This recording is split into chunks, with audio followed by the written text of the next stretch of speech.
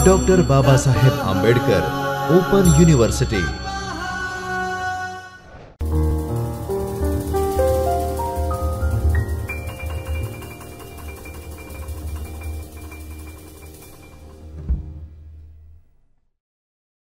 નમસ્કાર મિત્રો, doctor Baba Saheb Ambedkar open યુનિવર્સિટીના department of library and information સાયન્સમાંથી હું નિશા આપ સૌનું હાર્દિક સ્વાગત કરું છું. મિત્રો, BLIS 108 એટલે કે ગ્રંથાલય યાંત્રિકીકરણ અને નેટવર્ક્સમાં આપણે ઘણું બધું શીખી ગયા. આજે આપણે એમાં યુનિટ નંબર 8નો અભ્યાસ કરવા જઈ રહ્યા છે. ગ્રંથાલય યાંત્રિકીકરણના ઓપન સોર્સ સોફ્ટવેર અને પ્રાયોરિટી સોફ્ટવેરનો પરિચય અને તેના લાભાલાભ વિશે આપણે જ્યારે ચર્ચા કરી રહ્યા છે ત્યારે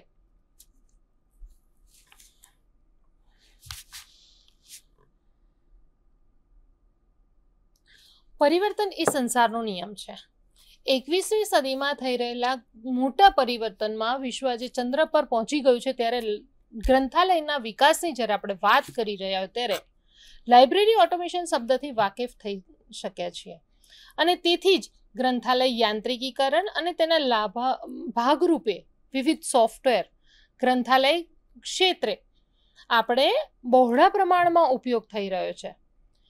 પછી એ યુનિવર્સિટી હોય, કોલેજ હોય કે પછી શાળા ગ્રંથાલય હોય કે પછી કોઈ જાહેર એટલે કે પબ્લિક લાઇબ્રેરી હોય અથવા તો કોઈ સ્પેશિયલ લાઇબ્રેરી પણ હોઈ શકે છે. દરેક માટે આજે ઉપભોક્તા પાસે જ્યારે આધુનિક જમાનામાં સ્માર્ટ બની રહ્યો છે ત્યારે દરેકને આંગળીના ટેરવે પોતાની માહિતી મેળવવાની મજા આવે છે અને એ માટે એકમાત્ર એક વિશ્વસનીય સ્થળ કે જેમાંથી વિશ્વસનીય માહિતી મળી રહે તો એ મિત્રો લાઇબ્રેરી છે. જ્યારે ઉપભોક્તાને જોઈતી તમામ માહિતી પ્રાપ્ત થઈ શકે એવા તમામ લાઇબ્રેરીઝ અને આધુનિકરણમાં ડૉક્ટર બાબા સાહેબ આંબેડકર ઓપન યુનિવર્સિટીમાં પણ આપણે ઓટોમેશન કરી રહ્યા છે. ત્યારે ડૉક્ટર રંગનાથનના 5 સૂત્રોને જ્યારે સાર્થક કરવા માટેની જરૂરી પ્રક્રિયાઓ એટલે કે ગ્રંથાલય યાંત્રિકીકરણ કે જેની મદદથી ગ્રંથાલય દ્વારા થતી તમામ આંતરિક પ્રક્રિયાઓ, ઇનહાઉસ એક્ટિવિટી, ઇન્ટરનેટના માધ્યમથી વૈશ્વિક જ્ઞાનના આદાન પ્રદાનની પ્રક્રિયા ખૂબ જ સરળ બની ગઈ છે મિત્રો. ત્યારે સોફ્ટવેરની વ્યાખ્યા એટલે કે કોઈ પણ યાંત્રિકીકરણ કરવાની પ્રક્રિયા ચલાવવા માટે કમ્પ્યુટર ટેકનોલોજીનો ઉપયોગ કરવામાં આવે છે કે જે અંતર્ગત જરૂરી આંકડાકીય શાબ્દિક ડેટા કે માહિતીને નિશ્ચિત પ્રોગ્રામમાં મશીન દ્વારા ઉમેરી તે જ માહિતીને સુવ્યવસ્થિત સ્વરૂપમાં આપણે જોઈતા હોય તે સ્વરૂપમાં સરળથી પ્રાપ્ત કરતું માધ્યમ એટલે કે સોફ્ટવેર. સામાન્ય રીતે સિસ્ટમ સોફ્ટવેર અને એપ્લિકેશન સોફ્ટવેર અને પ્રોગ્રામિંગ સોફ્ટવેર વડે કમ્પ્યુટર પર કાર્યો કરવામાં આવે છે. હવે ગ્રંથાલય ક્ષેત્રે વપરાતા વિવિધ સોફ્ટવેરના પેકેજીસ કેવા હોય અથવા તો કયા છે અથવા તો તેની વિભાવના શું છે તો એ આપણે જોઈએ તો યાંત્રિકીકરણ કરવા માટે મુખ્ય પરિબળ એ કમ્પ્યુટર હાર્ડવેર તથા તેને ચલાવવા માટેના સમાવિષ્ટ સોફ્ટવેર હોય છે. આથી સોફ્ટવેર એ અગત્યનું પરિબળ બની રહે છે. કમ્પ્યુટર દ્વારા વિશેષ પ્રકારના કાર્યો કરવા માટે સર્વપ્રથમ સોફ્ટવેર હોવો એ અપેક્ષિત બાબત છે અને તેથી જ આજે ગ્રંથાલય અને માહિતી સેવાના ક્ષેત્રમાં જો કોઈ ગ્રંથાલય કમ્પ્યુટરનો પ્રયોગ કરીને કમ્પ્યુટરીકરણ કરવા માંગે એ સૌથી પહેલી તેની જરૂરિયાત સોફ્ટવેરની આવશ્યકતા હોય. ભારતના બજારમાં તેમજ વિશ્વ ફલક પર ઇન્ટરનેટના માધ્યમથી ગ્રંથાલયમાં સંબંધિત અનેક પ્રોપ્રાઇટરી અને ઓપન સોર્સ સોફ્ટવેર ઉપલબ્ધ છે જ, પણ ઓપન સોર્સ સોફ્ટવેર એ વિના મૂલ્યે પ્રાપ્ત થાય છે જ્યારે પ્રોપ્રાઇટર સોફ્ટવેર એ તેનું મૂલ્ય અથવા તો કિંમત ચૂકવવી પડે. આવા ગ્રંથાલય સોફ્ટવેરની ખરીદી કરતા સમયે ઘણી બાબતોને આપણે ધ્યાનમાં રાખવી આવશ્યક છે. જેમ કે ગ્રંથાલયનો પ્રકાર કયો છે, તેના ઉપયોગકર્તાઓ કોણ છે, સોફ્ટવેરને ઉપયોગમાં લેવામાં આવેલા મોડ્યુલ્સની પણ આપણને જાણકારી હોવી જોઈએ. ઓપરેટિંગ સિસ્ટમ, પ્રોગ્રામિંગ ભાષા, તેની કિંમત, તેની જરૂરિયાત, વિવિધ વ્યવસ્થા છે કે નહીં એ સઘળાય પાસાઓ આપણે અનિવાર્યપણે જોવા જોઈએ, જેના વિશે આપણે પહેલાં પણ ચર્ચા કરી ગયા છે કે સોફ્ટવેર ખરીદતા પહેલાં કયા પગથિયા અને કઈ બાબતોને આપણે ધ્યાનમાં રાખવાની છે. પરંતુ અહીંયા જ્યારે પગથિયાની વાત થાય છે ત્યારે સોફ્ટવેરની ઓપન સોર્સ સોફ્ટવેર અને પ્રોપ્રાઇટર સોફ્ટવેર છે તેની વાત કરી રહ્યા છે. આવા વિવિધ ઓપન સોર્સ સોફ્ટવેર અથવા પ્રોપ્રાઇટર સોફ્ટવેરની માહિતી આપણે અહીં આગળ વાત કરશું. હવે ગ્રંથાલય ક્ષેત્રે ઉપયોગમાં વિવિધ ઓપન સોર્સ સોફ્ટવેર તથા પ્રોપ્રાઇટરી સોફ્ટવેરની જ્યારે સમજ મેળવવા જઈ રહ્યા હોય ત્યારે મિત્રો ઓપન સોર્સ સોફ્ટવેર અથવા તો ખુલ્લા સ્ત્રોત સોફ્ટવેર એટલે કે એવા સોફ્ટવેર કે જે ઇન્ટરનેટના માધ્યમથી ઉપયોગકર્તાઓ સીધા જ ઉપયોગ કરવા મળે છે, જેના તમામ સોર્સ કોડ લાયસન્સ સાથે મુક્ત રીતે ઇન્ટરનેટ પર પ્રાપ્ત છે. આ પ્રકારના સોફ્ટવેરથી ગ્રંથાલયની આંતરિક વ્યવસ્થાઓ એટલે કે ઇનહાઉસ એક્ટિવિટીને સુચારુ રીતે યાંત્રિકીકરણ કરી અને માહિતીનું સરળતાથી આપણે આદાન પ્રદાન કરી શકીએ. ઓપન સોર્સ સોફ્ટવેર એ નફો કરવા માટે નથી, પણ વિશ્વમાં જ્ઞાનનું સરળતાથી આદાન પ્રદાન થાય તે હેતુથી બનાવવામાં આવેલ એક સોફ્ટવેર છે, જેમાં વપરાશકર્તાઓ તેનો ઉપયોગ, ફેરફાર તથા જરૂરી સુધારા કરવાની વ્યવસ્થા પણ ઉપલબ્ધ થઈ શકે છે. મિત્રો, ઓપન સોર્સ સોફ્ટવેરનું જો આપણે ટૂંકો ઇતિહાસ જોવા જઈએ તો 1984માં રિચાર્ડ સ્ટોલમેને જેએનયુના પ્રોજેક્ટ અંતર્ગત ફ્રી સોફ્ટવેર ફાઉન્ડેશનની સ્થાપના કરી.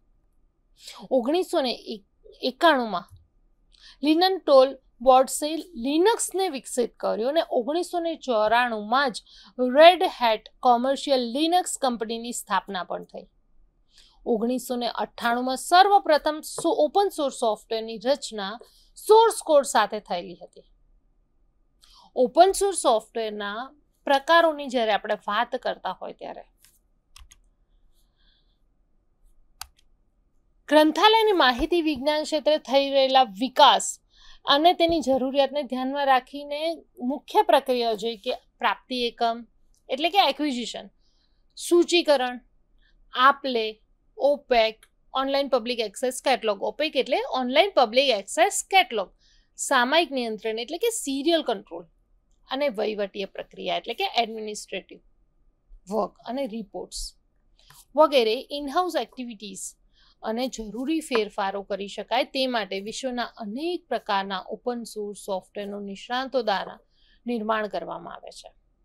મુખ્યત્વે તેને OSS તૈયાર કરેલા છે, એમાં ઇન્ટિગ્રેટેડ લાઇબ્રેરી મેનેજમેન્ટ સિસ્ટમ અને open source digital library software, open source content management system, આ બધા જ પ્રકારના નિર્મિત થયેલા સોફ્ટવેરમાંથી બહોળા પ્રમાણમાં પ્રચલિત થઈ અને સોફ્ટવેર વિશેની માહિતી અત્રે પ્રસ્તુત છે.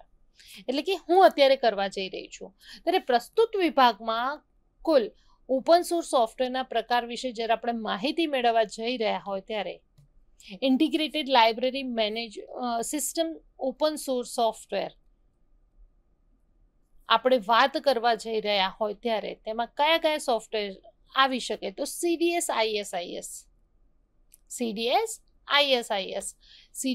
ISIS software open source software છે અને તેની લિંક પણ આપેલી છે. એ લિંક પરથી આપણે એને ડાઉનલોડ કરી શકીએ છીએ. હવે CDS ISISનું પૂરું નામ computerised documentation service integrated software or information system છે. મિત્રો, આ જે નામ છે એનો ઉદ્ભવ અને વિકાસ એના સોફ્ટવેરના અલગ અલગ મોડ્યુલ્સ, એના સોફ્ટવેરના અલગ અલગ કઈ રીતે કામ કરે છે તેના વિશે આપણને પરીક્ષામાં પૂછાઈ શકે છે. તેથી ધ્યાનથી આપણે જોઈશું કે આ સોફ્ટવેર પેકેજીસ ક્યારે અસ્તિત્વમાં આવ્યું છે તો 1985માં યુનેસ્કો દ્વારા DOS ઓપરેટિંગ સિસ્ટમમાં તેને તૈયાર કરવામાં આવ્યું. ભારત તેમજ અન્ય દેશના ઘણા બધા એવા ગ્રંથાલય છે જે કમ્પ્યુટરાઇઝેશન માટે તેને વાપરવામાં આવ્યું છે. બીજા સોફ્ટવેરની જ્યારે આપણે સરખામણી કરતા હોય ત્યારે ફિક્સ અથવા વધારે જગ્યા તે રોકતું નથી. વિનામૂલ્યે તેનો ડેટાબેઝ તૈયાર કરી શકાય છે ને ઉપયોગકર્તાઓ જાતે જ ડેટાબેઝ તૈયાર કરી તેમાં માહિતી સંગ્રહ કરી મુદ્રિત સ્વરૂપમાં પણ તેને પ્રાપ્ત કરી શકે છે. આ સોફ્ટવેરના મેનુ દ્વારા વિવિધ વિકલ્પો આપેલ છે જેથી યુઝર્સ જે છે તે ઓછા સમયમાં સરળતાથી સમજી શકે છે અને તેનો ઉપયોગ પણ કરી શકે છે. તેથી આ સોફ્ટવેર કેવું છે, યુઝર્સ ફ્રેન્ડલી સોફ્ટવેર છે, યુઝ કરવા માટે ખૂબ સરળ છે. આ સોફ્ટવેરમાં હાર્ડ ડિસ્કની સાઇઝ મુજબ અસંખ્ય ડેટાબેઝ અલગ અલગ નામ ધરાવતા અને જરૂરિયાત મુજબ ભાષા પણ બનાવી શકાય છે. હાલમાં આ સોફ્ટવેર વિન્ડોઝ વર્ઝન વિનાઇસિસ પણ OSS તરીકે કાર્યરત છે. હવે વર્ષ 1985માં પ્રથમ 1.0 વર્ઝન એનું બનાવવામાં આવ્યું, વિનાઇસિસ સોફ્ટવેર બનાવવામાં આવેલ છે. ત્યારબાદ સમયાંતરે અલગ અલગ નવા વર્ઝન બહાર પાડવામાં આવેલ છે. છેલ્લા 2005માં જીન ક્લાઉડ ડોલ્ફિન સંચાલિત અને યુનેસ્કો દ્વારા તે બહાર પાડવામાં આવ્યું છે. ફોઝ એટલે કે free and open source software કે જે યુનિકોડ આધારિત છે તેના વપરાશ થઈ રહેલ છે. હવે આપણે જોઈશું વિનાઇસિસ, VINISIS એટલે કે વિનાઇસિસ, જેની લિંક પણ અહીંયા મેં મૂકેલી છે, એના ઉપરથી આપણે કામ કરી શકીએ છીએ. CDSISનું વિન્ડોઝ વર્ઝન એટલે વિનાઇસિસ સોફ્ટવેર કે જે open source software database software તરીકે પણ ઓળખાય છે. તેને 1.5 બિલ્ડ 3 નામના સ્ટાન્ડર્ડ વર્ઝનથી શરૂઆત કરવામાં આવી હતી. હવે યુનેસ્કો દ્વારા જ્યારે એનો વિકાસ કરવામાં આવ્યો છે ત્યારે વિન્ડોઝ ઓપરેટિંગ સિસ્ટમ પર તે કામ કરી રહ્યું છે અને ગ્રાફિકલ ઇન્ટરફેસ યુઝર્સ તરીકે સરળતાથી ઉપયોગમાં પણ લઈ શકાય છે. આ સોફ્ટવેર વાપરવો સહેલો, સરળતાથી સંચાલિત થઈ શકાય તેવું છે. વિવિધ મેનુ આપેલા છે અને સંચાલિત અને માહિતીનો સંગ્રહ અને પુનઃપ્રાપ્તિ કરવા માટે પણ આ સોફ્ટવેર એકદમ સરળ અને સહજ છે. સામાન્ય કમ્પ્યુટરનું જ્ઞાન ધરાવતો વ્યક્તિ પણ સોફ્ટવેરનો ઉપયોગ કરી શકે છે. સોફ્ટવેર વિશે ભણવાની કે શીખવાની જરૂર નથી. સામાન્ય જો જ્ઞાન કમ્પ્યુટરનું હોય તો એના પર કામ કરી શકાય છે. વિન્ડોઝ વર્ઝન હોવાથી એમાં text, image, audio, video, Microsoft files, Word, Excel, PowerPoint વગેરે ઓપ્શનની સુવિધા પણ અહીંયા આગળ ઉપલબ્ધ છે. ડેટાબેઝિસની શોધ માટેથી વ્યવસ્થા ઊભી કરી શકાય છે અને HTML થકી સર્ચિંગ સુવિધા આપી શકાય છે. એટલે કે HTML બેઝથી આપણે સર્ચ સુવિધા પણ આમાં આપી શકીએ છીએ. તેના મુખ્ય ઘટક તરીકે file definition table, data entry worksheet, print format, field system table આવે છે. મિત્રો, આ જે સોફ્ટવેર છે તે આપણે આપેલી લિંક પરથી ઇન્સ્ટોલ કરી શકાય છે. પછી છે PMB, એટલે કે આપેલી જે લિંક છે તેના પરથી એનું આપણે ડાઉનલોડ કરી શકીએ છીએ. 2002માં પ્રકાશિત થયેલ આ સોફ્ટવેર PMB સર્વિસ દ્વારા બનાવવામાં આવ્યું હતું અને એના કારણે અંગ્રેજી, French, Spanish, Arabic, Italian, Dutch, Portugal ભાષામાં તે ઉપલબ્ધ છે. આ જે સોફ્ટવેર છે PMB, તેનું છેલ્લું વર્ઝન 3.0 એ સપ્ટેમ્બર 2006માં પ્રકાશિત કરવામાં આવ્યું હતું. આ સોફ્ટવેર માટે Linux, window, make operating system જરૂરી છે. હવે આ સોફ્ટવેરનું વર્ઝન ઇન્ટિગ્રેટેડ લાઇબ્રેરી સિસ્ટમ પ્રકારનું છે. તેનું લાયસન્સ પણ GNU-GPL પ્રકાશનું છે. તે PHP ભાષામાં લખાયેલું છે. ઓપેરા વેબ સર્વર તથા MySQL ડેટાબેઝિસ સાથે તે સપોર્ટ કરે છે. PMB કોની સાથે સપોર્ટ કરે છે? તો ઓપેરા વેબ સર્વર સાથે ને MySQL ડેટાબેઝ સાથે તે સપોર્ટ કરે છે. ત્યારબાદ છે ઓપન બિબ્લિયો.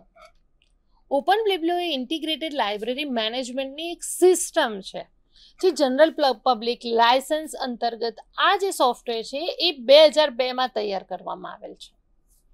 ઓપન બિબ્લિયો સોફ્ટવેર 2002માં તૈયાર કરવામાં આવ્યું છે અને માર્ક 21 પર આધારિત છે. સ્પેનિશમાં અનુવાદ તેનું કરવામાં આવેલું છે અને આ સોફ્ટવેર માટે વિન્ડોઝ તથા લિનક્સ ઓપરેટિંગ સિસ્ટમની જરૂર પડે છે. વિન્ડો અને લિનક્સને તે સપોર્ટ કરે છે, એટલે આ બેમાંથી એક સોફ્ટવેર હોવું જરૂરી છે. આ સોફ્ટવેરના ડેટાબેઝને અન્ય માન્ય સોફ્ટવેરમાં ફેરવી પણ શકાય છે, એટલે અન્ય ડેટાબેઝમાં પણ ફેરવી શકાય છે. હવે આ સોફ્ટવેરના ગ્રંથાલયની મુખ્ય ઇનહાઉસ પ્રવૃત્તિઓનું આપણે સુચારુ રીતે સંચાલન કરી શકીએ છીએ. ત્યારબાદ છે એવરગ્રીન. એવરગ્રીનની પણ અહીંયા આગળ મેં લિંક આપેલી છે. તો આ ગ્રંથાલય સોફ્ટવેર એ જ્યોર્જિયા પબ્લિક લાઇબ્રેરી સર્વિસ દ્વારા પબ્લિક ઇન્ફોર્મેશન વર્ક માટે વિવિધ ઇલેક્ટ્રોનિક સર્વિસ પૂરી પાડવા માટે 2006માં તૈયાર કરવામાં આવ્યું હતું. મિત્રો, અંગ્રેજી ભાષામાં ઉપલબ્ધ છે અને આ સોફ્ટવેરની જે પ્રોગ્રામિંગ ભાષા છે C, જાવાસ્ક્રિપ્ટમાં તૈયાર થયેલી છે. હવે આ સોફ્ટવેર રન કરવા માટે આપણે લિનક્સ પબ્લિક ઓપરેટિંગ સિસ્ટમની જરૂર પડે છે. આ સોફ્ટવેરના લાયસન્સ જનરલ પબ્લિક લાયસન્સ પ્રકારનું હોવાથી આ સોફ્ટવેરના મોડ્યુલ 6 વિન્ડોઝ, લિનક્સ અને તાજેતરમાં તે ઉબુન્ટુને પણ સપોર્ટ અને સુસંગત કરે છે. ઓક્ટોબર 2019માં તેનું સ્થાયી વર્ઝન 3.4 બહાર પાડવામાં આવ્યું હતું. ત્યારબાદ છે ABCD. નામ થોડું અજીબ છે, પરંતુ એ સોફ્ટવેર 2009માં પબ્લિશ થયું હતું. એની લિંક પણ મેં અહીંયા મૂકેલી છે. હવે લિંકના આધારે તમે ડાઉનલોડ કરી અને એના પર કામ કરી શકો છો. સ્પેનિશ ભાષામાં તેનો અર્થ ઓટોમેટિકેશન ધી બિબ્લિયોગ્રાફિક સેન્ટ્રો ટુ ડોક્યુમેન્ટેશન પરથી ABCD નામ આપવામાં આવ્યું. હવે વિન્ડોઝ અને લિનક્સ પ્લેટફોર્મ પર તે ચાલે છે. CDS ISIS સાથે મૂળભૂત રીતે તે સુસંગત પણ છે. લાઇબ્રેરીની ઇનહાઉસ એક્ટિવિટી જેવી કે સંસ્કરણ સૂચિકરણ, આપલે, સામયિક નિયંત્રણ, વેબ ઓપેક, વહીવટી કાર્ય હોય કે થેસોરસ મેનેજમેન્ટ જેવા મોડ્યુલ્સની તે સેવાઓ આપે છે. PHI, જાવા, જાવાસ્ક્રિપ્ટ, પાયથોન જેવી પ્રોગ્રામિંગ લેંગ્વેજ સાથે પણ તે સુસંગત છે. ABCDનું હાલનું PHP વર્ઝન 5 અને ISIS સ્ક્રિપ્ટમાં લખાયેલું વર્ઝન પણ તે તૈયાર છે અને તે વપરાય પણ છે. અંગ્રેજી સિવાય તે સ્પેનિશ, પોર્ટુગલ, ફ્રેન્ચ ભાષામાં તે પણ પર્યાપ્ત ગણવામાં આવે છે.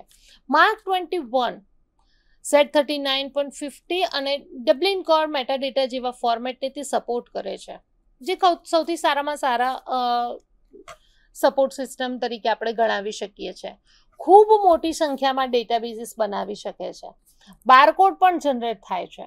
SDA સર્વિસ પૂરી પાડવા માટે તથા વિવિધ ઓનલાઈન સર્વિસ માટે પણ તે વાપરવામાં આવે છે. ડિજિટલ લાઇબ્રેરી સોફ્ટવેર તરીકે તેને આપણે ગણાવી શકીએ. આપણે જો ગણાવતા હોય તો એની માટે આપણે ગ્રીનસ્ટોન એટલે કે અહીંયા પણ મેં વેબસાઇટનું નામ આપેલું છે ને 1995માં વયક્ટો ખાતે યુનિવર્સિટી ઓફ વયોક્ટો ખાતે ન્યૂઝીલેન્ડમાં ડિજિટલ લાઇબ્રેરી પ્રોજેક્ટ અંતર્ગત આ વિકસિત થયું. ગ્રીનસ્ટોનને વિકાસ કરવામાં આવ્યો અને યુનેસ્કો દ્વારા તે પ્રમાણિત થયેલું છે. હાલમાં ગ્રીનસ્ટોન 2.87 અને અન્ય વપરાશમાં પણ તે આવી રહ્યું છે. એનું લેટેસ્ટ વર્ઝન છે અને ડિજિટલ લાઇબ્રેરી કલેક્શન સોફ્ટવેર તરીકે તે ખૂબ જ મોટા પ્રમાણમાં ઉપયોગ થાય છે અને હાલ એ જાવા 1.6 હાયર વર્ઝનનો ઉપયોગ કરી રહ્યો છે. અપાચે 2.2 એપ્લિકેશન સર્વર તરીકે ઉપયોગમાં આવી રહી છે અને યુનિકોડની સુવિધા થકી મલ્ટી લેંગ્વેજ સપોર્ટ પણ તે કરે છે. ફૂલ ટેક્સ્ટ સર્ચિંગ સુવિધા પણ આપે છે. Meta search engine, Boolean search history જેવી સુવિધા પણ આમાં રહેલી છે. એટલે જ્યારે આપણે સ્ટેટિસ્ટિકલ રિપોર્ટ્સ મેળવવાના હોય છે, એ ગ્રંથપાલ તરીકે જ્યારે આપણે ત્યાં આગળ કોઈ કમિટી આવે ને સ્ટેટિસ્ટિકલ રિપોર્ટ્સ આપવાના હોય છે, કેટલું યુઝેજ કેટલો છે અથવા તો કેટલી વખત તેને હિટ્સ મળી છે, તો ગ્રીનસ્ટોન ખૂબ સારી રીતે કામ કરે છે. વિવિધ ગ્રાફિકલ યુઝર્સ ઇન્ટરફેસ સુવિધા પણ તે પૂરી પાડે છે. હવે વેબ બેઝ ઓપેક સર્વિસ પણ તેમાં આપવામાં આવે છે. એટલે ગ્રીનસ્ટોનમાં XML, Unicode, Dublin Core standard support કરે છે. તેની અમુક મર્યાદાનો લીધે તેનો એટલો વ્યાપક પ્રમાણમાં ઉપયોગ થઈ રહેલો નથી જેટલો ડીસ્પેસનો થાય છે. હવે આપણે જોઈશું ડીસ્પેસ. મિત્રો, ડીસ્પેસ એ ડિજિટલ લાઇબ્રેરી સોફ્ટવેર છે. હવે MIT લાઇબ્રેરીઝ તથા હેવલેટ પેકોર્ડ દ્વારા તેને 2002માં વિકસિત કરવામાં આવ્યું હતું. ઇન્સ્ટિટ્યુશનલ રિપોઝિટરી તરીકે ખાસ ઓપન સોર્સ સોફ્ટવેરની વિકસાવવામાં આવેલ છે, જેમાં સંસ્થાની ફેકલ્ટીઝ વિદ્યાર્થીઓ દ્વારા તૈયાર કરવામાં આવેલા રિસર્ચ પેપર હોય, પ્રોજેક્ટ્સ હોય, lectures, note, newspaper clipping, video lectures વગેરે એકત્રિત કરી અને નિશ્ચિત સ્વરૂપમાં ગોઠવણી કરી અહીં અપલોડ કરી શકાય છે. યોગ્ય સ્વરૂપમાં પુનઃપ્રાપ્ત પણ કરી શકાય છે. ઇન્સ્ટિટ્યુશનલ રિપોઝિટરી તરીકે મૂકવામાં આવેલી મટીરિયલ એ યોગ્ય સ્વરૂપમાં પુનઃપ્રાપ્ત કરી શકાય છે. ઉપયોગકર્તાઓની જરૂરિયાત મુજબ તેમાં ફેરફાર પણ શક્ય બને છે. પરંપરાગત JSP ઇન્ટરફેસ તથા XML બેઝડ નામના યુઝર્સ ઇન્ટરફેસમાં તે પૂરો પાડે છે અને ડિબલિંક ઓર મેટાડેટા ફોર્મેટમાં તે કાર્યરત છે. ઘણા સ્ટાન્ડર્ડ પ્રોટોકોલ જેવા કે OAI PMH, OAI ORE અથવા તો WebDAV, open search, open URL, RSS, એટોમનો ઉપયોગ થકી વિવિધ સેવાઓ પણ આપણે પૂરી પાડી શકીએ છીએ. બ્રાઉઝિંગ અને સર્ચિંગ માટેની સુવિધાઓ પણ આમાં આપી શકાય છે અને ફેરફાર પણ કરી શકાય છે. ડેટાબેઝ માટે પોસ્ટગ્રી, SQL અને ઓરેકલ ભાષાનો ઉપયોગ કરવામાં આવે છે. વિવિધ 20 જેટલી ભાષામાં આ સોફ્ટવેર વાપરી શકાય છે અને એના માટે આપેલી લિંક છે. એમ 2 પ્રકારના આપણે યુઝર્સ ઇન્ટરફેસથી આપણે પોતાના બ્રાઉઝરમાં પણ ઉપયોગમાં લઈ શકીએ છીએ. ત્યારબાદ છે ફેડોરા. ફેડોરા એ 1997માં સેન્ડી પેઇટી અને કાર્લ લાગોસ દ્વારા કોરેનલ યુનિવર્સિટીમાં તે શરૂ થયું હતું. તેનું પૂરું નામ flexible digital object repository architecture છે. લિનક્સ ઓપરેટિંગ સિસ્ટમને તે સપોર્ટ કરે છે અને હાલમાં ફેડોરા 5.0 વર્ઝન વાપરવામાં આવે છે. ડિજિટલ કન્ટેન્ટ મેનેજમેન્ટ તરીકે ખૂબ જ તે ઉપયોગી સોફ્ટવેર તરીકે આપણે ગણી શકાય. બધા જ પ્રકારના કન્ટેન્ટ અને મેટાડેટા તેમાં સ્ટોર થાય છે અને વધુ સ્ટોરેજની સુવિધા છે. Web base graphic users interface તરીકે વ્યાપક પ્રમાણમાં ઉપયોગ થાય છે. ડેટા ગુમ થવાના સંજોગોમાં વધુ સારી રીતે બેકઅપ સુવિધા પૂરી પાડે છે ને એની જગ્યાએ ઉપયોગમાં પણ આપણે લઈ શકીએ છીએ. ત્યારબાદ છે ઈ પ્રિન્ટ. મિત્રો, વર્ષ 2000માં યુનિવર્સિટી ઓફ સધર્નટન ઇંગ્લેન્ડ દ્વારા તૈયાર કરવામાં આવેલું આ સોફ્ટવેર એવું છે કે ઇન્સ્ટિટ્યુશનલ રિપોઝિટરી કરવા માટે તે સૌથી પહેલા નંબર ઉપર આ ઓપન સોર્સ સોફ્ટવેર વાપરવામાં આવે છે. શરૂઆતમાં ક્રોસ પ્લેટફોર્મ OS અને ત્યારબાદ ઉબુન્ટુ ઓપરેટિંગ સિસ્ટમ પર તે કાર્યરત છે. એટલે ક્યારેક એવું પૂછાઈ શકાય કે કયા ઓપરેટિંગ સિસ્ટમ ઉપર કાર્યરત છે ઈ પ્રિન્ટ, તો આ આવડવું જરૂરી છે. જનરલ પબ્લિક લાયસન્સ હેઠળ છે. પર લેંગ્વેજમાં તે લખાયેલ છે અને ઈ પ્રિન્ટ અને પ્રીપ્રિન્ટ પોસ્ટ પ્રિન્ટનો સંયુક્ત ઉપક્રમે ચાલતું આ સોફ્ટવેર છે. શરૂઆતના વર્ઝન 1.0 આવ્યું અને ત્યારબાદ 2007માં વર્ઝન 3 ને ઓપન સોર્સ સોફ્ટવેર તરીકે મૂકી દેવામાં આવ્યું. હવે open source content management software તરીકે આપણે કેટલાક વધારાના પણ વપરાય છે, જેમ કે Joomla. તો વિશ્વનું સૌથી મોટું કન્ટેન્ટ મેનેજમેન્ટ સુવિધા પૂરી પાડતા ઓપન સોર્સ સોફ્ટવેર એટલે Joomla.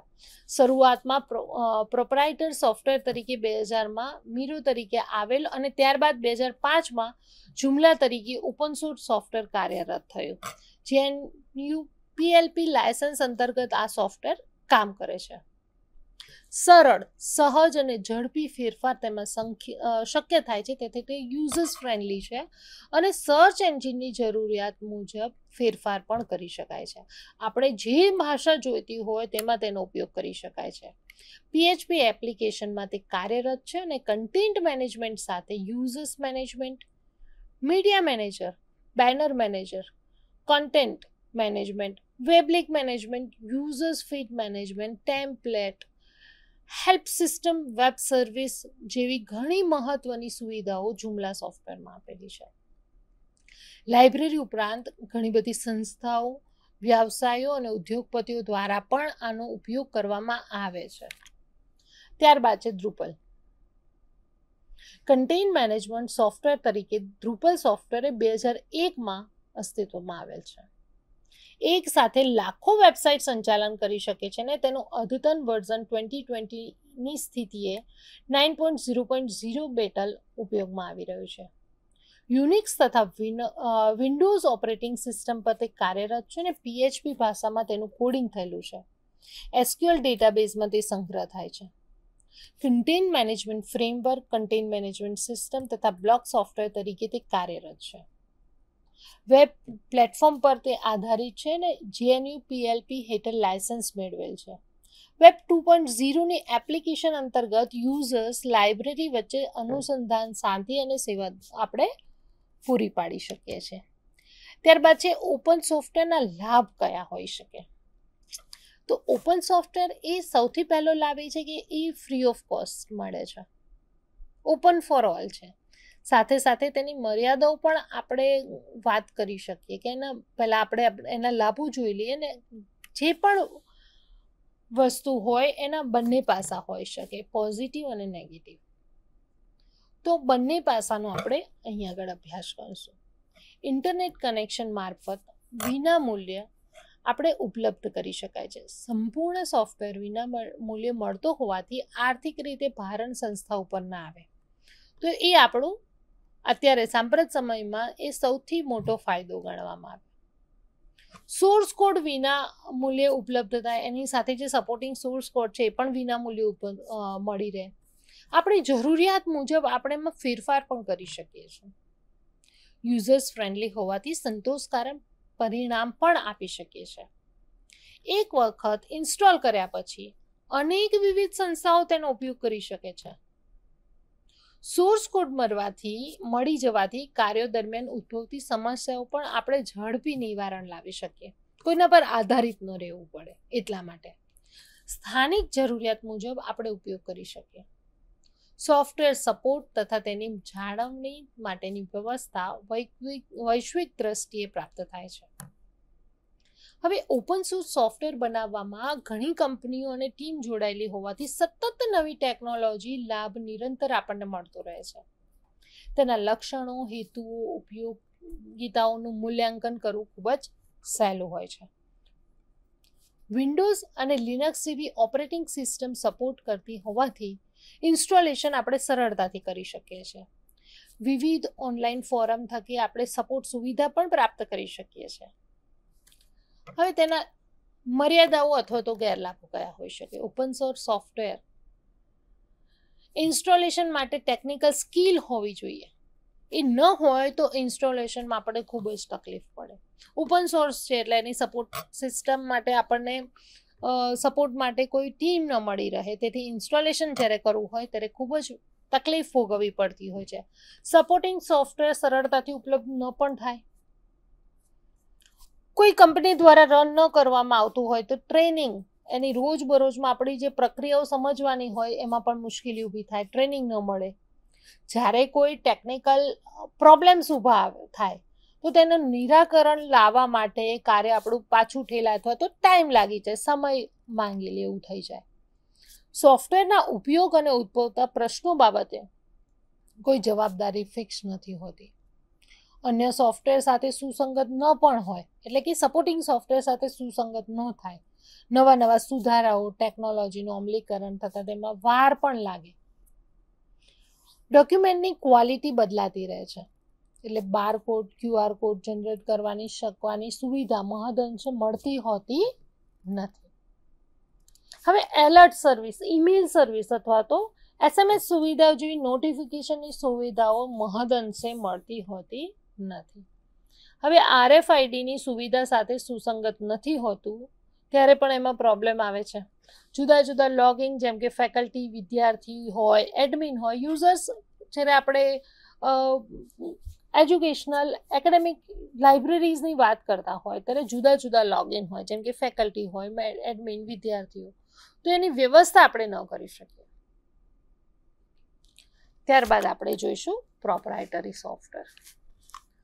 ગ્રંથાલય અને માહિતી વિજ્ઞાન ક્ષેત્રે થઈ રહેલા અનેક લાઇબ્રેરી મેનેજમેન્ટ સોફ્ટવેર હાલ વપરાઈ રહ્યા છે. ત્યારે આપણે અગાઉ પણ ઘણા બધા આનાથી પહેલાં ઓપન સોર્સ સોફ્ટવેરની વાત કરી, વિનામૂલ્યે ઇન્ટરનેટ પર પ્રાપ્ત હોય, જેનો સોર્સ કોડ આપણને વિનામૂલ્યે પ્રાપ્ત થતો હોય.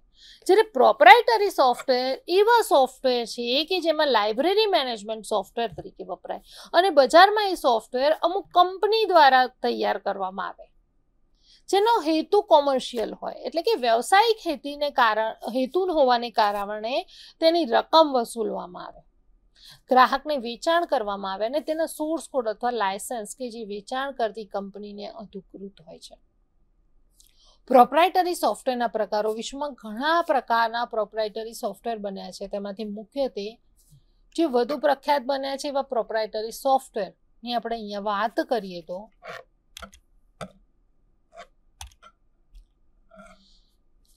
ઘણા બધા સોફ્ટવેર છે, પણ એમાં acquisition, cataloguing, circulation, serial control, administrative, OPAC, web OPAC, જેવી વિવિધ પ્રક્રિયાઓ કે જેનું બારકોડિંગ, QR કોડ, RFID જેવી આધુનિક ટેકનોલોજી સાથે સુસંગત હોય, ટેસ્ટ ઓફ આર્ટ લાઇબ્રેરી બનાવવા માટે ખૂબ જ મહત્વપૂર્ણ ભૂમિકા ભજવે છે.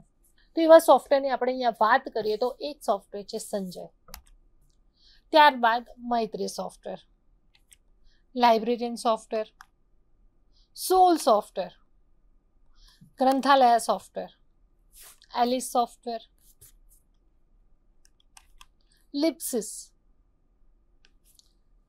આવા અનેક પ્રકારના સોફ્ટવેર છે. તો પહેલાં આપણે સંજય સોફ્ટવેર વિશે વાત કરીએ તો નિષાદ દ્વારા પ્રયોજાયેલ એક પરિયોજન અંતર્ગત ડેઝીડોગ દ્વારા 1999માં આ સોફ્ટવેર તૈયાર કરવામાં આવ્યો. હવે આ સોફ્ટવેર DOS એટલે કે ડિસ્ક ઓપરેટિંગ સિસ્ટમ વર્ઝનમાં તૈયાર કરવામાં આવ્યું હતું. ભારતમાં પસંદગીયુક્ત ગ્રંથાલયોમાં સંજય સોફ્ટવેરનું 1992માં વિનામૂલ્યે વિતરણ કરવામાં આવ્યું. CDS ISISને ધ્યાનમાં રાખીને આ સોફ્ટવેર બનાવવામાં આવ્યું હતું અને એના કારણે ગ્રંથાલયમાં રહેલ બિબ્લિયોગ્રાફિક ડેટા સંગ્રહ પુનઃપ્રાપ્તિ કરવા માટે આ સોફ્ટવેર ખૂબ જ ઉપયોગી બન્યું. ઇનહાઉસ એક્ટિવિટીઝ જેવી કે એક્વિઝિશન છે, સર્ક્યુલેશન, કેટલોગિંગ, સિરિયલ કંટ્રોલ એવી અલગ અલગ કામગીરી આ સોફ્ટવેર દ્વારા થઈ શકતી હતી. હવે પાસ્કલ ભાષામાં આ સોફ્ટવેર તૈયાર કરવામાં આવેલું છે. બીજું સોફ્ટવેર છે મૈત્રેયી સોફ્ટવેર. નિષાદ દ્વારા નાણાકીય સેવા પૂરી પાડવામાં આવે છે અને એમાં કેલિબનેટના સહભાગીથી MC લિમિટેડ દ્વારા આ સોફ્ટવેર પેકેજ બનાવવામાં આવ્યું. આ સોફ્ટવેરમાં એટલે કે મૈત્રેયી સોફ્ટવેરમાં ગ્રંથાલય હાઉસકીપિંગ દરમિયાન દરેક કાર્યોની સુવિધા ઉપલબ્ધ છે. આ સોફ્ટવેરને નેટવર્કિંગ અને રિસોર્સ શેરિંગ માટે પણ તૈયાર કરવામાં આવે છે. વર્ઝન 5.0 ને 6.0 RDBMS સપોર્ટિંગ યુનિક્સ ને એ સપોર્ટ કરે છે અને ISO સ્ટાન્ડર્ડ 2709 માન્ય આ સોફ્ટવેર છે. ત્યારબાદ છે લાઇબ્રેરિયન સોફ્ટવેર. આ સોફ્ટવેર એ ડ્રીવન સિસ્ટમ આધારિત યુઝર્સ ફ્રેન્ડલી સિસ્ટમ છે. અંતર્ગત હાઉસકીપિંગના દરેક મહત્વના કાર્યોને સમાવિષ્ટ કરવામાં આવે છે. ઉપરાંત સિંગલ યુઝર અને મલ્ટી યુઝર્સ વર્ઝન તરીકે પણ મળી શકે છે. તેમાં નેટવર્કની સુવિધા છે. માર્ક 21 અને Z29.50 ફોર્મેટને તે સપોર્ટ કરે છે. બારકોડ RFIDને પણ સપોર્ટ કરે છે. હાલમાં લાઇબ્રેરિયન 11 કોડ નેટ ટેકનોલોજી ધરાવતું સોફ્ટવેર ઉપલબ્ધ છે. ત્યારબાદ ગ્રંથાલય વિશે વાત કરીએ તો ઇન્સડોક દ્વારા સર્જિત ભારતીય આ પેકેજ જે MS-DOS ઓપરેટિંગ સિસ્ટમ પર આધારિત છે અને અત્યારે યુનિક્સ અને લેન પર પણ પ્રસારિત થઈ રહ્યું છે. આ સોફ્ટવેર મુખ્ય મોડ્યુલ તરીકે data management, OPEC, serial control, technical પ્રોસેસને સપોર્ટ કરે છે. CCF એટલે કે કોમન કમ્યુનિકેશન ફોર્મેટના બધા ક્ષેત્રોને તેમાં સમાવી લેવામાં આવે છે અને ઉપયોગમાં તે સરળ છે એટલે કે યુઝર્સ ફ્રેન્ડલી છે. શબ્દકોશની સંકલ્પના પર તે આધારિત છે. એલિસ ફોર વિન્ડોઝ એટલે આ સોફ્ટવેર ઓસ્ટ્રેલિયાના 1994માં વિકસિત થયું અને રાષ્ટ્રીય સોફ્ટવેર પેકેજ છે કે જે વર્ષ 1998માં પ્રથમ વખત કરવામાં આવ્યું હતું. ભારત અને શ્રીલંકામાં આ સોફ્ટવેર સોફ્ટલિંક ઇસે દ્વારા પ્રકાશિત કરવામાં આવ્યું છે. હાલમાં અમુક ભાગમાં ઓપન સોર્સ સોફ્ટવેર તરીકે પણ તેને રજૂ કરવામાં આવે છે. વિશ્વમાં 8700 ગ્રંથાલયમાં તેનો સફળતાપૂર્વક ઉપયોગ કરવામાં આવ્યો છે, જેને ચલાવવા માટે વિન્ડોઝ ઓપરેટિંગ સિસ્ટમ સપોર્ટ કરે છે. યુઝર્સની આવશ્યકતા અનુસાર નાની નાની આવૃત્તિ પણ તેમાં ઉપલબ્ધ છે. શૈક્ષણિક ગ્રંથાલય આવૃત્તિ, વિશિષ્ટ ગ્રંથાલય એટલે કે સ્પેશિયલ લાઇબ્રેરી, તેમજ પબ્લિક લાઇબ્રેરી, કોલેજ લાઇબ્રેરી અને સ્કૂલ લાઇબ્રેરી માટે પણ એલિસ ઉપયોગમાં આવે છે. ત્યારબાદ છે લિપ્સિસ સોફ્ટવેર. લિપ્સિસ એ લિપ્સિસ કોર્પોરેશન દ્વારા વિકસાવવામાં આવ્યું.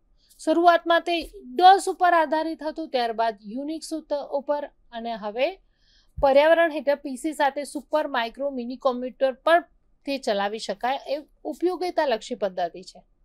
MS હેઠળ માઇક્રો કોમ્પ્યુટર માટે લિપ્સિસનો સબનેટ ઉપલબ્ધ છે.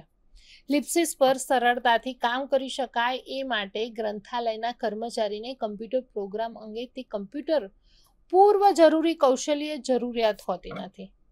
એટલે કે તમને કમ્પ્યુટર આવડવું, બેઝિક નોલેજ હોવું ઓકે, એનાથી વધારે જરૂરિયાત પડતી નથી. કામ કરતાં કરતાં શીખી શકાય એટલું ઇઝી સિસ્ટમ વિકસાવવામાં આવી છે. ડેટા એન્ટ્રી પૂર્વ માહિતીને લઘુત્તમ શક્યતાઓ અને શોધની પૂછપરછ માટેની શક્તિશાળી સગવડોને કારણે તેની ઉત્પાદકતા ઘણી ઓછી હોય છે. હવે લિપ્સિસમાં પ્રાપ્તિ, ઇશ્યુ રિટર્ન, સામાયિકની મેનેજમેન્ટ અથવા તો એડમિનના પણ પ્રવૃત્તિઓ સમાવેશ થયેલી છે. કોઈ પણ માઇક્રો, મિની કે મેઇનફ્રેમ સિસ્ટમ પર એ ચલાવી શકાય છે. પ્રોપ્રાઇટર સોફ્ટવેરના કેટલાક લાભો આપણે જોઈએ તો પ્રોફેશનલી એટલે કે વ્યવસાયિક ધોરણે ઉપલબ્ધ હોવાથી તેના લાભમાં આપણે એમ કહીએ કે સાથે સાથે ચેન્જ થાય તો આપણને એની જાણ પણ થાય છે. હવે આ સોફ્ટવેર નાના અને પ્રાથમિક લેવલની જરૂરિયાતો ખૂબ જ ખાસ બનાવવામાં આવી હોય છે. નાની બાબતોને ધ્યાનમાં રાખવામાં આવે છે. સંસ્થાની જરૂરિયાતને અનુસાર બનાવવામાં આવેલ હોવાથી ઉપયોગિતા ખૂબ બરોબર કામ આવે છે. બજારમાં ફેલાવો, ગુણવત્તા, ટકી રહેવા માટેની કિંમત અને લાઇબ્રેરી સાયન્સના સિદ્ધાંતોને અભ્યાસ કરી બનાવવામાં આવેલ હોવાથી તે વિશ્વસનીય છે. સમયાંતરે તેના ગ્રાહકો એટલે કે યુઝર્સ માટેની જરૂરી ફોલોઅપ અને મેન્ટેનન્સ માટેની સુવિધા પણ પૂરી પાડે છે. જ્યારે કોઈ અપડેટ વર્ઝન બહાર આવે ત્યારે ગ્રાહકોને એટલે કે જે યુઝર્સ છે તેના વિના મૂલ્યથી સર્વિસ પૂરી પાડે છે. જરૂરી ટ્રેનિંગ, ટેકનિકલ બાબતો સમજવાની વ્યવસ્થા જે તે કંપની તરફથી પૂરી પાડવામાં આવે છે. તેને ઇન્સ્ટોલ કરવાના મેન્યુઅલ હાર્ડ કોપીમાં તથા CD સ્વરૂપે પ્રાપ્ય હોવાથી ગમે તે સમયે તેનો અભ્યાસ આપણે કરી શકીએ છીએ. કોઈ પણ સોફ્ટવેરની જ્યારે લાભ હોય તો તેના કેટલીક મર્યાદાઓ પણ હોય. તો પ્રોપ્રાઇટરી સોફ્ટવેરની જ્યારે આપણે વાત કરતા હોય તો બજેટનો પહેલો પ્રશ્ન ઊભો હોય. સોફ્ટવેર ખરીદનાર હંમેશા જે તે કંપની પર આપણે આધાર રહેવું પડે. સોર્સ કોડ કોઈ ખરીદાર ગ્રાહક ન મળતો હોવાથી જરૂરી ફેરફારો આપણી રીતે આપણે કરી નથી શકતા. અમુક વખતે એવું બને કે ટેકનિકલ પ્રોબ્લેમ્સ ઊભા થાય અને નિરાકરણ જરૂર લાવવાનું હોય પણ એમાં સમય લાગી જાય. વાર્ષિક મેન્ટેનન્સ કોન્ટ્રાક્ટ લેવો જરૂરી હોય ત્યાં પણ આર્થિક ખર્ચ આપણે ભોગવવો પડે છે. મિત્રો, આમ આજે આપણે ગ્રંથાલયના ઓપન સોર્સ સોફ્ટવેર અને પ્રોપ્રાઇટરી સોફ્ટવેર વિશે અભ્યાસ કર્યો.